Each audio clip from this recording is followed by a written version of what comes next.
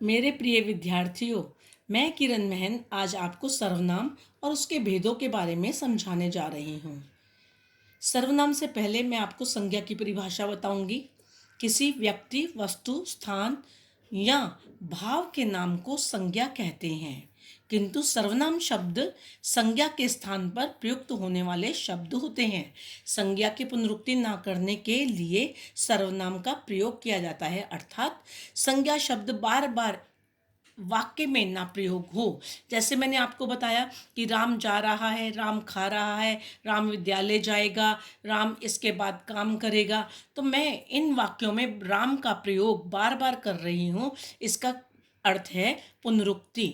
जब राम बार बार प्रयोग करने से अजीब लगता है तो उसके स्थान पर हम सर्वनाम शब्दों का प्रयोग करते हैं।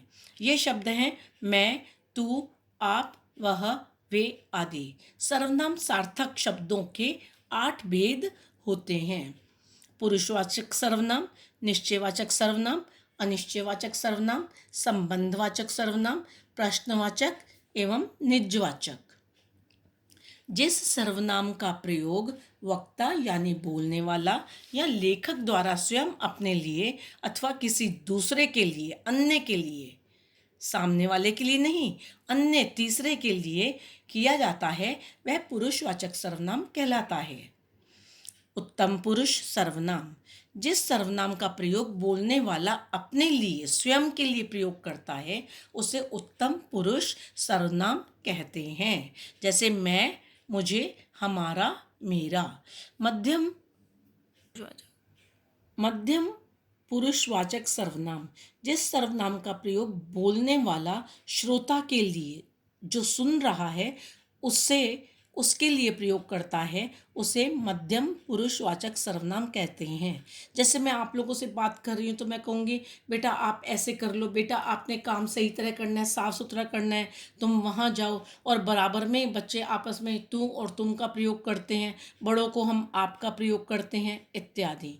अन्य पुरुषवाचक सर्वनाम, जिस सर्वनाम का प्रयोग बोलने वाला श्रोता के अतिरिक्त, सुनने वाले के अतिरिक्त किसी अन्य पुरुष के लिए बात करें, उसे अन्य पुरुषवाचक सर्वनाम कहते हैं। वह, उसने, यह, ये, इसने। जो सर्वनाम किसी व्यक्ति, वस्तु आदि की ओर निश्चय पूर्वक संकेत करें, वे निश्चयवाचक सर्वनाम कहलाते हैं।